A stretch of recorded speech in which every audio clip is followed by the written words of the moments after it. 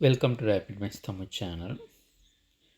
தமிழகத்தில் computer science UG ஒரு graduation computer science சப்ஜெக்ட்ஸை படிச்சுட்டு பிஎட் படித்தவர்கள் இவர்களுக்கான வேலை வாய்ப்பு இதுவரையிலுமே பார்த்திங்கன்னா தமிழக அரசு எந்த ஒரு வேலை வாய்ப்பையுமே இந்த பிஎட் பிஎஸ்சி முடிச்சுட்டு கம்ப்யூட்டர் சயின்ஸ் முடிச்சுட்டு பிஎட் முடித்தவர்களுக்கு எந்த ஒரு பணி வாய்ப்பையுமே வழங்கப்படவில்லை. டிஆர்பின்ற ஒரே ஒரு தேர்வு மட்டும்தான் கணிப்பொறி ஆசிரியர்கள் பிஜி முடிச்சிருக்கவங்களுக்கு மட்டும்தான் அந்த தேர்வுகளை நடத்துகிறாங்க. அதுவுமே பார்த்திங்கன்னா இதுவரையிலுமே ஒரே ஒரு முறை தான் நடத்தப்பட்டு இருக்குது. இவர்களுக்கான வேலை வாய்ப்புன்றது இல்லாத பட்சத்தில் இது தொடர்பாக ஆசிரியர் தேர்வு வாரியத்தை தொடர்பு கொண்டு கேட்கப்பட்ட கேள்விகளுக்கு ஆசிரியர் தேர்வு வாரியம் சார்பில் கொடுக்கப்பட்ட பதில்களை தான் இந்த வீடியோவில் பார்க்க போகிறோம். கேக்குதுங்களா சார்? இப்போ அதெல்லாம் புரியுது மேடம். இப்போ நான் என்ன சொல்கிறேன் மேடம், இப்போ அந்த ஹைடெக் லேபுக்குன்னு சொல்லிட்டு இந்த குவாலிஃபிகேஷன் ஒன்று இருக்குமா இருக்காதா மேடம்? ஹைடெக் லேப் குவாலிஃபிகேஷன் இருக்கு சார். அவங்க அப்ளை பண்ணிருப்பாங்க இல்லைங்களா ஹைடெக் லேப்ல, அவங்களுக்கு வந்து டிசிஏன்றது அவங்க படிச்சிருப்பாங்க இல்லைங்களா.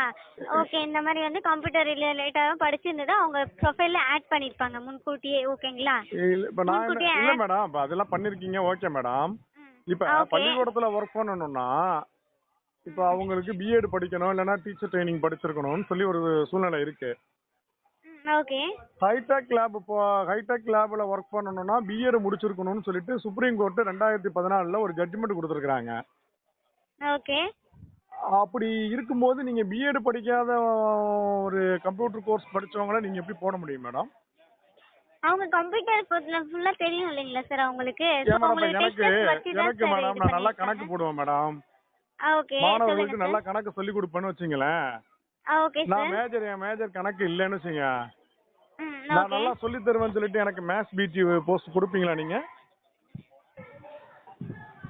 அங்க டெஸ்ட் வச்சிருக்காங்க சார். ஓகேங்களா? இப்போ எல்லாரும் நீங்க டெஸ்ட் வைங்க மேடம். இப்போ கணக்குல நானும் வந்து பாஸ் பண்றேன்னு வச்சுங்க, இப்போ நீங்க டெஸ்ட் வைங்க பரவாயில்ல. இப்போ கணக்குக்குன்னு ஒரு டெஸ்ட் வைங்க, நான் பாஸ் பண்ணிட்டேன்னு வச்சுங்க, டெஸ்ட்ல பாஸ் பண்ணிட்டேன்னா என்ன கணித பட்டதாரி ஆசிரியரா போடுவீங்களா என்னன்றத கேக்குறேன். இப்போ நீங்க அத புரிஞ்சதுனால தான் சார் கணக்கு நீங்க டெஸ்ட்க்கான ஆன்சர் போடுவீங்களான்னு கேக்குறேன். அதான் மேடம், போடுவீங்களா அப்படி? இல்ல, நாங்க உங்ககிட்ட கேக்குறோம் சார். இப்போ வந்து நீங்க சொல்லிட்டீங்க ஓகேன்றது, நீங்க இப்போ ஒரு கேள்விக்கு பதில் சொல்லிருக்கீங்க. ஓகே, அது உங்களுக்கு புரிஞ்சதுனால தானே அந்த கேள்வியை நீங்க பதிலா கொடுத்திருக்கீங்க. அந்த கேள்வி முழுமையா உங்களுக்கு புரிஞ்சதுனால தானே அதை நீங்க போட்டிருக்கீங்க. புரியுதுங்களா? ஆமா மேடம். இல்ல நீங்க அப்படியே கொடுத்துருவீங்க எனக்கு, அப்படிதானே? அப்படி இல்ல சார், ஆல்ரெடி வர்க் பண்ணிட்டு கொடுத்துருவீங்க அப்படிதானே? அப்படி எல்லாம் இல்ல சார். ஓகேங்களா? குவாலிஃபிகேஷன் வேற, இந்த புரிதல்ன்றது வேற சார். ஓகேங்களா? இல்ல இப்ப எனக்கு கணக்கு புரிஞ்சாலே நீங்க என்ன கணித ஆசிரியரா போடுவீங்களா போட மாட்டீங்களான்னு தான் கேக்குறேன். ஏன்னா இப்ப நீங்க சொன்னது என்னன்னா இது வேற சார். எப்படி மேடம் அது வேற இது வேற எப்படி மேடம்? இப்ப 60,000 கணினி பட்டதாரி ஆசிரியர் படிச்சிருக்காங்க பிஎட். ஓகே, அவங்க கிட்டத்தட்ட 15 வருஷமா எந்த பணி வாய்ப்பும் இல்லாம இருக்கிறாங்க.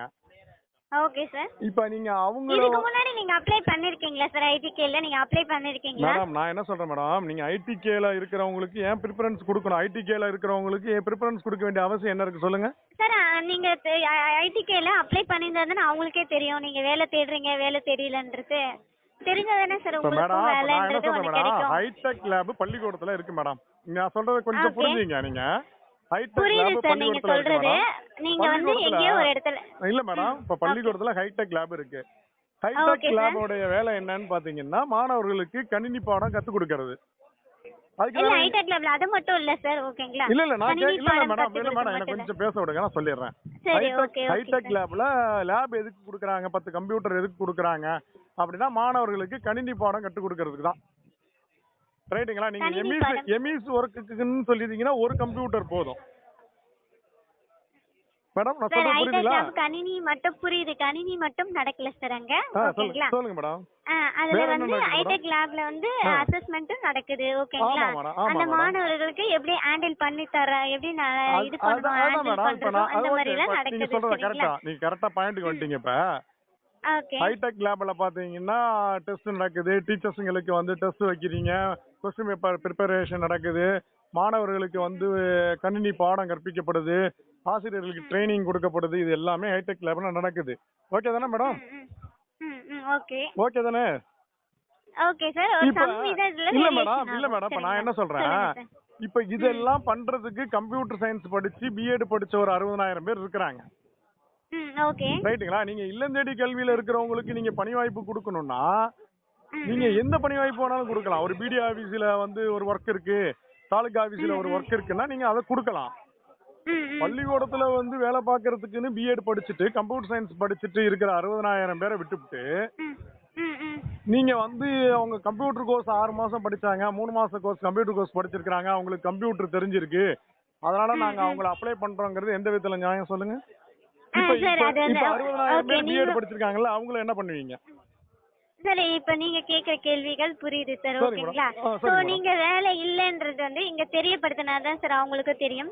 யாருக்கு ஓகேங்களா? மேடம்? ஒரு ரிஜிஸ்ட்ரேஷன் வந்து இப்ப ஆல்ரெடி ரிஜிஸ்டர் பண்ணிருக்காங்க இல்லைங்களா? ஆமா ஓகே, மேடம். நீங்க படிச்சிருக்கீங்கன்றது வந்து நீங்க ரிஜிஸ்டர் பண்ணாதானே இங்க தெரியும் ஆமா உங்களுக்கு. மேடம். அப்புறம் ரிஜிஸ்டர் பண்ணாம எப்படி சார் தெரியும்? மேடம் எம்ப்ளாய்மெண்ட் ஆபீஸ் எதுக்கு இருக்கு சொல்லுங்க? எம்ப்ளாய்மெண்ட் ஆபீஸ்ல 60,000 பேர் பதிவு நீங்க பதிவு பண்ணிருக்காங்க. பண்ணிருக்கீங்களா சார்? ஆமா மேடம், எம்ப்ளாய்மெண்ட் ஆபீஸ்ல பதிவு பண்ணிருக்கிறோம். பிஜிக்கு வந்து மெட்ராஸ்ல பதிவு பண்ணிருக்கிறோம். பிஜி இது யூஜிக்கு வந்து தஞ்சாவூர்ல பதிவு பண்ணிருக்கிறோம். எம்ப்ளாய்மெண்ட் ஆபீஸ்ல ஒரு அரசுல கல்வித்துறையில இருக்கிறவங்களுக்கு இத்தனாயிரம் பேர் இருக்கிறாங்கிறது தெரியலன்னு சொல்றதே எப்படி மேடம் ஏத்துக்க முடியும்? இல்ல, அது வந்து அப்ளை பண்ணிருக்காங்க இல்லீங்களா சார்? அது வந்து டெஸ்ட் மூலமா தான் எடுத்திருக்காங்க. அது நீங்க டெஸ்ட் அப்படி யார் willing-ஆ மேடம்? நீங்க இருந்தீங்கன்னா டைரக்டா போயிட்டு கல்வித்துறை வச்சு டெஸ்ட் இல்ல சார், இங்கவே வந்து அங்க படிக்கிறது எடுத்திருக்காங்க. அந்த டீம் கிட்ட நீங்க பேசலாம் தாராளமா. ஐடி கேக்குன்னு ஒரு இல்ல டீம் இல்ல இல்ல இருக்காங்க மேடம், இல்லீங்களா? இத போட்டது வந்து பள்ளிக்கல்வித்துறை தான் மேடம். சமக்கர சிக்ஷான் தான் போட்டிருக்கு. ஓகே. புரியுதுங்களா? இது முழுக்க முழுக்க சென்ட்ரல் கவர்மெண்டோட ஃபண்ட். ஓகே தானே மேடம்?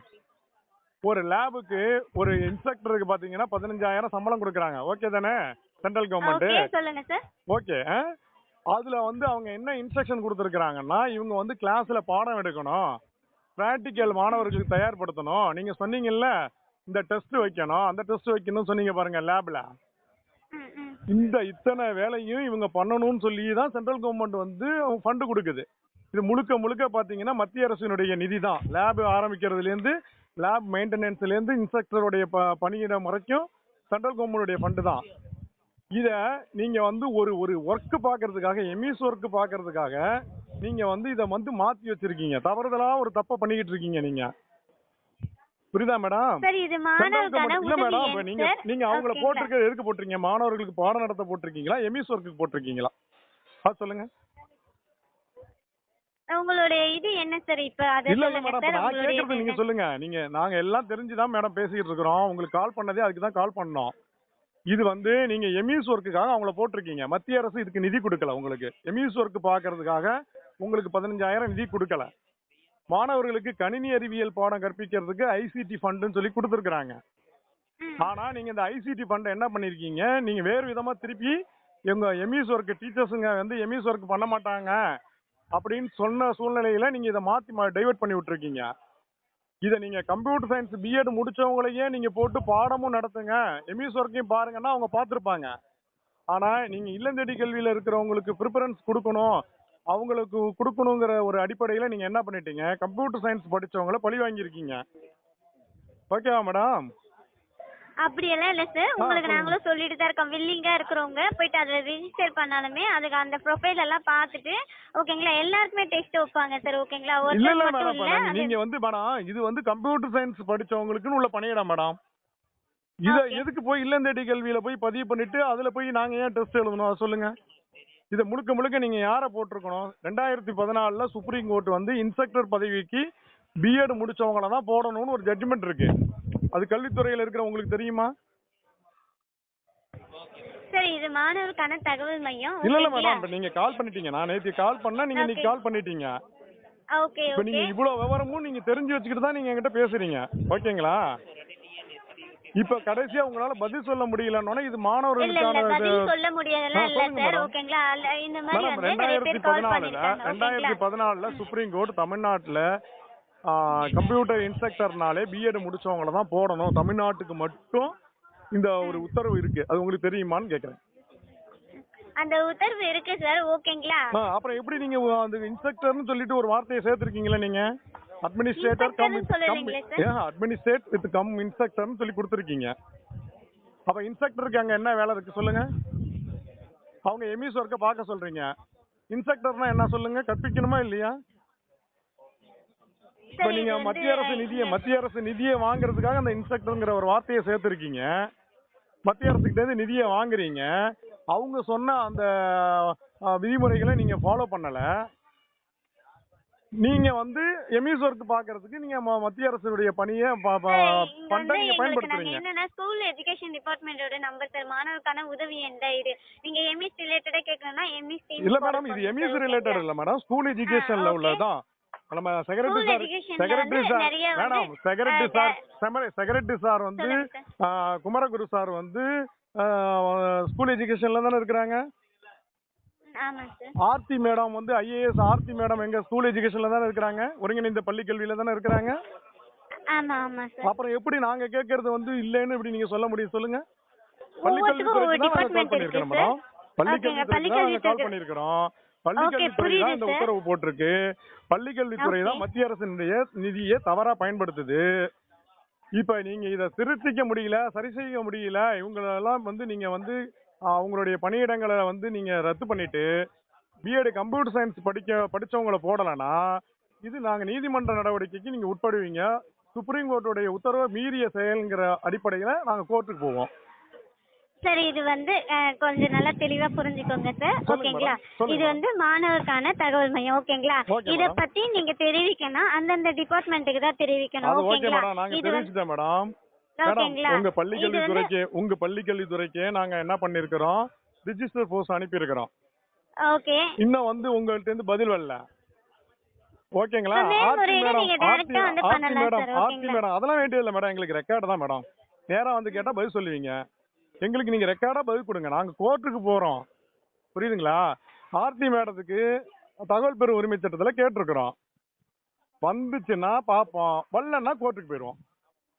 சரி, இது நீங்க நல்லா தெரிஞ்சுக்கோங்க சார், இது ஹெல்ப்லைன் நம்பர் தான் சார், ஓகேங்களா? நீங்க டைரக்டா அந்த டிபார்ட்மென்ட்ல நீங்க பேசலாம், ஓகேங்களா? மேடம் உங்களுக்கு ஹெட் இருப்பாங்கல்ல, இந்த மாதிரி கம்ப்யூட்டர் சயின்ஸ் படிச்சவங்க எல்லாம் கொஞ்சம் விவரமா பேசுறாங்க.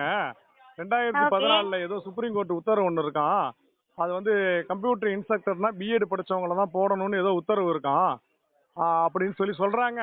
அப்படி ஏதாவது இருக்கா என்னன்றதை நீங்க பார்த்துட்டு இந்த பணியிடங்கள் உண்மையிலேயே போடக்கூடியது தானா, தகுதியுடைய நபர்களை தான் நீங்க போட்டிருக்கீங்களாங்கிறதையும் பார்த்துக்கிட்டு நீங்க முடிவு பண்ணீங்க மேடம். ஆனா நாங்க கோர்ட்டுக்கு போயிடுவோம் மேடம், கோர்ட்டுக்கு போயிடுவோம். சென்ட்ரல் கவர்மெண்ட்டுக்கு இப்ப நாங்க என்ன பண்ணிக்கிட்டு இருக்கிறோம், அந்த ஃபண்டை நீங்க தவறா பயன்படுத்திக்கிட்டு இருக்கீங்கிறத பெட்டிஷனா கொடுத்துட்டு இருக்கிறோம். சரி, ஓகே சார், உங்களுடைய இதை நீங்க தெரிவிங்க சார், ஓகேங்களா? அது தெரிவிச்சிட்டேன் மேடம், அவ்வளவுதான் மேடம், மேட்டரே அவ்வளவுதான். நீங்க இதை நீங்க ஃபாலோ பண்ணிக்கிறது எப்படின்றத ஃபாலோ பண்ணீங்க. உங்க காலையும் நான் ரெக்கார்ட் பண்ணிருக்கிறேன். சரி, ஓகே சார், இங்கேயும் எங்க சைடுல நீங்க பேசுனது எல்லாமே இருக்கும் சார், ஓகேங்களா? நாங்க தவறுதலான முறையில நாங்க எதுவுமே இன்ஃபர்மேஷன் தரல, ஓகேங்களா? இல்ல மேடம், நீங்க தவறுதலா சொன்னீங்கன்னு சொல்ல, ரெக்கார்ட் பண்றதுங்கறத உங்கள்ட்ட தெரிவிக்கணும்ல. ஏன்னா நாங்க ஓகே, இந்த மாதிரி நாங்க சொன்னவங்களுக்கும் நாங்க சொல்லிருக்கோம் சார், இந்த மாதிரி ரெஜிஸ்டர் பண்ணுங்க, அதுல இருந்துச்சுன்னா தெரிவிக்கப்படும் அப்படின்னு சொல்லிட்டு, ஓகேங்களா? ஆபீஸ்ல பண்ணிருக்கோம். வேற எதுல பண்ணணும்ங்கறீங்க? இல்லம் தேடி கல்வியில அங்கங்க வேலை வாய்ப்புகள் இல்லாம இந்த மாதிரி டீச்சர்ஸ் பிஎட் இதெல்லாம் இருக்காங்க இல்லீங்களா? மேத்ஸ், சயின்ஸ், சோஷியல் எல்லாம் எடுக்கறீங்களா மேடம்? அவங்க எல்லாம் இல்லம் தேடி கல்வியில பதிவு பண்ண சொல்லுவீங்களா? இது டிஆர்பி ரிலேட்டட் வரும், ஓகேங்களா? நீங்க டெட் இந்த மாதிரி எல்லாம் எக்ஸாம் எழுதிருக்கீங்களா, இதுக்குள்ள நீங்க கனெக்ட் பண்ணி வரணும் சார், ஓகேங்களா? இப்போ உங்களுக்கு எஸ்எஸ்ஏன்னு ஒன்னு இருக்கு மேடம், அதான் இப்ப ஆர்எம்எஸ்ஏன்னு இருக்கு, ரைட்டுங்களா? மேடம் சார் 1 செகண்ட் லைன்ல வெயிட் பண்ணுங்க சார். சரிங்க மேடம். ஸோ இதோட இந்த உரையாடல் முடியுது. ஸோ இது பார்த்திங்கன்னா வேலைவாய்ப்பே கொடுக்காத பட்சத்தில் பிஎட் கம்ப்யூட்டர் சயின்ஸ் முடிச்சிருக்கவங்களுக்கு வேலைவாய்ப்பே இல்லை. ஒரு லேப் இன்ஸ்ட்ரக்டர் அந்த வாய்ப்பை எடுத்து இன்னொருத்தவங்களுக்கு பிஎட்டே முடிக்காதவங்களுக்கு இந்த வாய்ப்பை கொடுத்துருக்காங்க. ஸோ அதனால் இங்கே படிச்சுட்டு 1,00,000க்கும் பேர் வெயிட் பண்ணிகிட்டு இருக்கக்கூடிய சூழ்நிலையில் ஸோ அவர்களுக்கான வாய்ப்பு முழுமையாக மறுக்கப்பட்டிருக்கு என்றது தான் நிதர்சனம். நன்றி.